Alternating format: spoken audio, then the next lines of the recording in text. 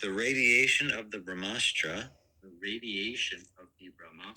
Vinir Muktai, being saved from, Atmajai, along with her sons, Saha, with, Krishnaya, Draupadi, Prayana, outgoing, Abhimukam, towards, Krishnam, unto Lord Krishna, Idam, this, Aha, said, Prita, Kunti, Sati, chaste or devoted to the Lord. Translation. Thus saved from the radiation of the Brahmastra, Kunti, the chaste devotee of the Lord, and her 5 sons, and Draupadi, addressed Lord Krishna as he started for home. Please repeat. Thus saved from the radiation of the Brahmastra, Kunti,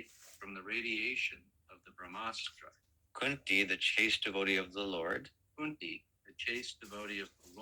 and her 5 sons, and Draupadi, addressed Lord Krishna as he started for home. Purport. This is the commentary by His Divine Grace, A.C. Bhaktivedanta Swami Srila Prabhupada Ki Jai. Excuse me. Purport. Kunti is described herein as sati, or chaste, due to her unalloyed devotion to Lord Sri Krishna. Her mind will now be expressed in the following prayers for Lord Krishna. A chaste devotee of the Lord does not look to others, namely any other living being or demigod, even for deliverance from danger. That was all along the characteristic of the whole family of the Pandavas.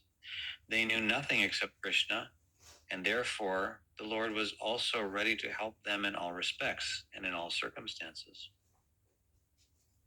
That is the transcendental nature of the Lord.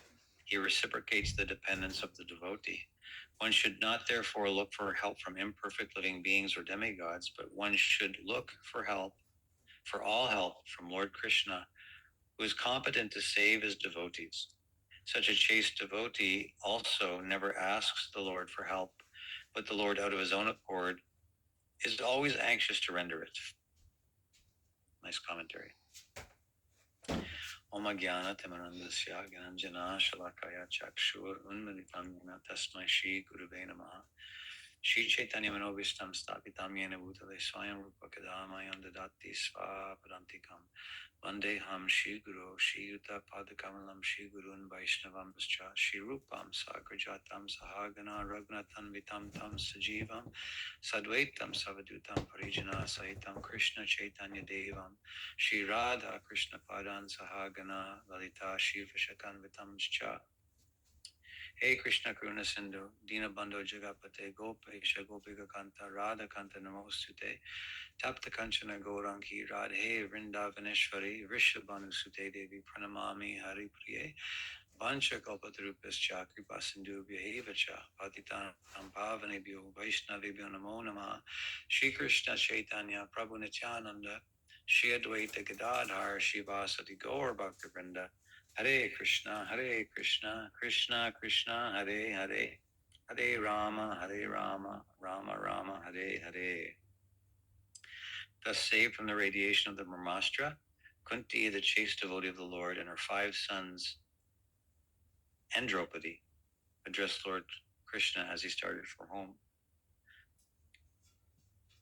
And of course, the Pandavas are famous for their dependence on Krishna. And this only brings them, only draws Krishna's attention to them more. Not that the Pandavas even really asked for help all the time, that's not the mindset, but just that Krishna is always eager to help the devotee. There's a number of instances we can remember. Like there was the time when what's his name? The sage is very sometimes upset. Durvasa Muni, right? Durvasa Muni. He's a sage that was very kind of hot-tempered, and he went to visit Duryodhana. And Duryodhana was very, very careful. He would usually have servants that would come and serve the guests. But because this particular sage was so hot-tempered and he was known to be very easily pleased or easily displeased, he decided that he would serve him himself. He wouldn't allow any of his servants to do it. So Duryodhana, he very carefully took care of the sage. And at the end, the sage was very, very pleased, and he asked Duryodhana if he would like a blessing. And he said that the only blessing that he'd like to have is that if he would go and visit the Pandavas, where he knew they were staying at this particular time, and just pay them a visit. Of course, Duryodhana was not the friend of the Pandavas. And so he asked Durvasa Muni to go at a particular time when he knew that the Pandavas would have already taken their meals for the day. And so it's part of the culture to receive the guest, like a sage like Durvasa Muni, was to offer him all, like all hospitality, including something to eat. And so Durvasa Muni, Duryodhana, his plan was to send Durvasa Muni to the Pandavas at a time when they would not be able to serve him properly, so that he would become angry and that he would curse the Pandavas. So that was his whole plan. Genius plan. So Durvasa Muni did go at that time, and you may know about Draupadi, how she had this pot that was given to her by the sun god, and it was used by her while they were living in exile in the forest, because she would cook in there, and whatever she made in there, she could serve unlimitedly from the pot. Yeah, and until one, it would only go it would only go until when? Do you remember when it would stop? When it would end? When she would eat. After she would eat, then the pot would stop producing more food, and they would wash it and put it aside. So Durvasa Muni showed up after Draupadi had eaten with a bunch of his disciples as well, and he came to like many disciples, and so he came to the Pandavas, and Yudhisthira, who was Dharmaraj himself and understood everything about the etiquette of receiving a sage, received the sage very warmly. He was very famous. Everybody understood his temperament, Durvasa Muni. And he invited the Durvasa Muni and all of his disciples to go to the nearby lake or river, whatever it was, and to come back for a meal. And so Durvasa Muni went with his disciples over to take his bath, and then the Pandavas and Draupadi, they looked at each other and said, "What are we going to do? There's nothing that we can do, nothing we can serve." But Yudhisthira had said, "Please go and come back, we'll serve you." So they were really stuck. And Draupadi, she didn't know what else to do. Like, when a devotee, this is the characteristic of the devotee of Krishna, is that when there is some trouble, when there is some crisis, then the mind just gravitates there. It's just a natural thing. Like when I maybe experience some difficulty, maybe my mind will, especially if I'm very inconvenienced or I'm whatever, my mind will gravitate towards maybe getting angry or something, other than Krishna. But a pure devotee of Krishna, that just doesn't happen. As soon as there's some actual distress, the mind Krishna immediately is there in mind. So Draupadi was like that. She immediately was thinking of Krishna because she knew no one else that could really that she could think of taking shelter of. And so as she was praying to Krishna, just for some, in her mind, Krishna became aware of her prayer. And so, even though Krishna wasn't there with them at that time, he manifested there in that place. And when the Pandavas saw him, this was at a time when Krishna was manifest during his pastime. So the Pandavas were used to seeing Krishna, but they knew that Krishna wasn't there at that time, so they're surprised. Now Krishna's all of a sudden there, and Krishna, he also greeted them, and he wanted to be received as a guest. So he wanted also to have something. He asked if there was something that he could eat, and of course there wasn't anything. And he said, "No, bring me your pot." And so he said this to Draupadi, and so Draupadi brought this mystical pot that she had got from Surya.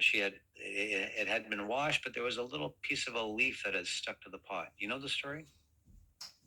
So Krishna, he removed the little kind of, I don't know, maybe it was a little piece of leaf or something that was left from the rice, like of rice, something, right? That was still like stuck on the pot, and he ate it. And he was so satisfied by that one little morsel, a tiny little piece of food. Of course, Krishna is aham sarvasya prabhavo mata sarvam pravartate iti bhajante mam. Buddhist, how's it end? Aham sarvasya prabhavo mata sarvam pravartate iti. It's Bhagavad Gita verse. What it says is that I'm the source of all material and spiritual worlds. Everything emanates from me. The wise who know this perfectly engage in my devotional service and worship me with all their hearts. That's 10:8 Bhagavad Gita. I forget the Sanskrit. But it's because he's the source of everything. Krishna being the source of everything. If Krishna is satisfied, then everybody is satisfied. Everybody can be satisfied. And so in that way, when Durvasa Muni and his disciples were taking their bath, they all of a sudden felt completely satisfied.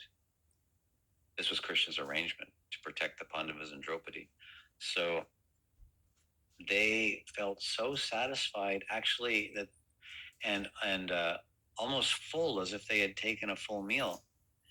And they became, Durvasa and his disciples became quite nervous because they didn't want to show up back to the Pandavas, Yudhisthira and the Pandavas and Draupadi, and not able to receive whatever they would be served, like a meal or something. That would have been kind of after coming there and wanting to be received that way, going to the lake and coming back and saying, no, we don't want anything.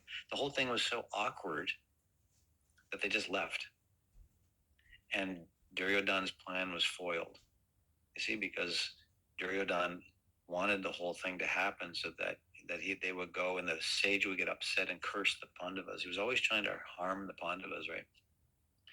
And so even though the Pandavas lived with that constant persecution by Duryodhana and prior to the Battle of Kurukshetra, it was always their meditation always went to Krishna. And then somehow Krishna always made some arrangement to protect his devotees. And so that's the quality of the devotee. And the quality of Krishna is that when Krishna detects that kind of dependence, he becomes attracted. And so, to the degree that we want to surrender or depend on Krishna, to that degree, Krishna will reciprocate. So, even if I'm not 100% devoted to Krishna in that way, even if I'm only 10%, well, Krishna will also reciprocate even that 10%. And the reason why is because Krishna doesn't interfere with our free will. We're here in this world. In this world, we can attempt to become happy in this world by so many different ways if we like. And it's our free will to do that. Krishna will never force himself upon us, because that wouldn't actually be, you can't force somebody to love you, right? If you say you must love me, then that's not actually love. Love comes as a spontaneous thing that comes from the heart. And that's the thing that attracts Krishna. So Krishna waits for that. And we see in the Bhagavatam repeatedly how these great devotees, they demonstrate this kind of dependence and love.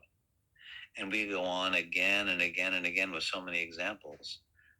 There's another story, which I won't go in length about, but have you heard of Gajendra, the elephant? Gajendra? Very famous story in the Bhagavatam, where he actually was an elephant, but he was stuck in a very difficult battle with a crocodile, and he was losing. In his past life, he had been a devotee.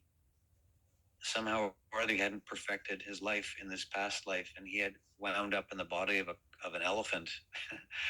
And so he, somehow or other, in his mind, even though in the body of an elephant, in his past life, he had prayed a certain prayer to Krishna repeatedly, again and again, and he was quite devoted in that way. So in this time of distress, even in the body of an elephant, that mantra, that prayer came to his mind about Krishna somehow.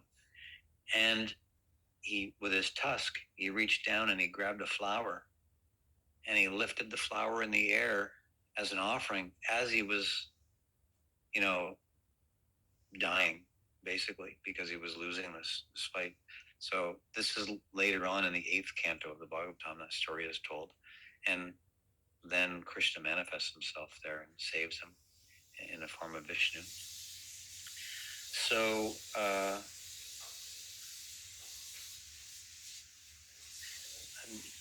this is the quality of the devotee.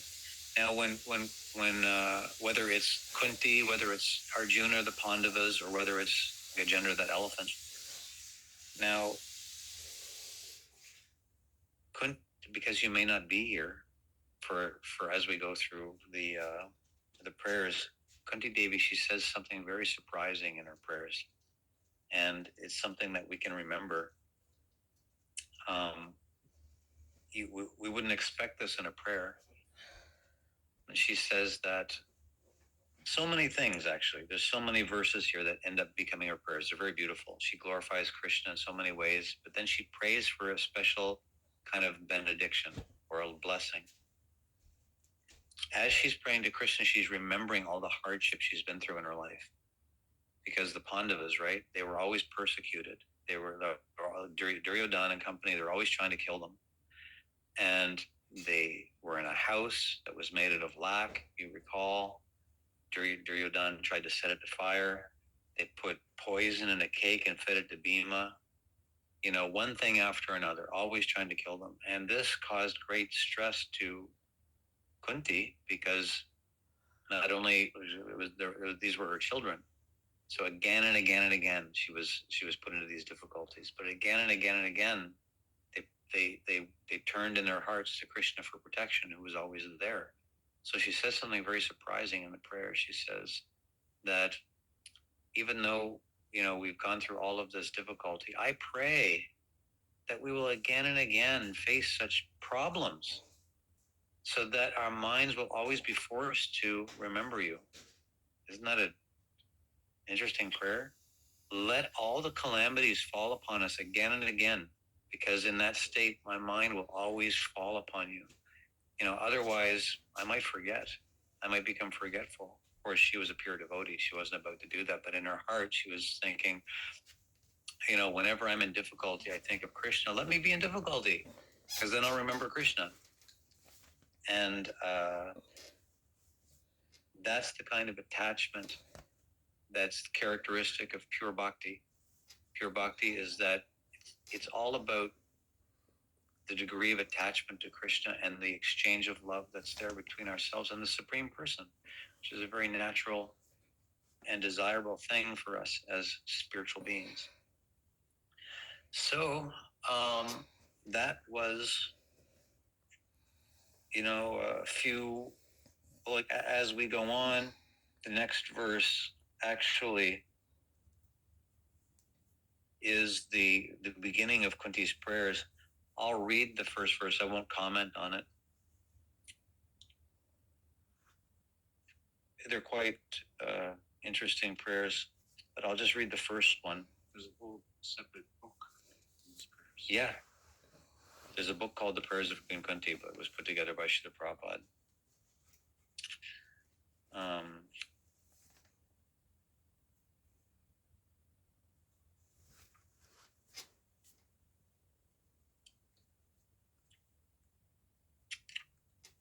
I'd like to read the one about the Ganges, though, if I can. You know that one?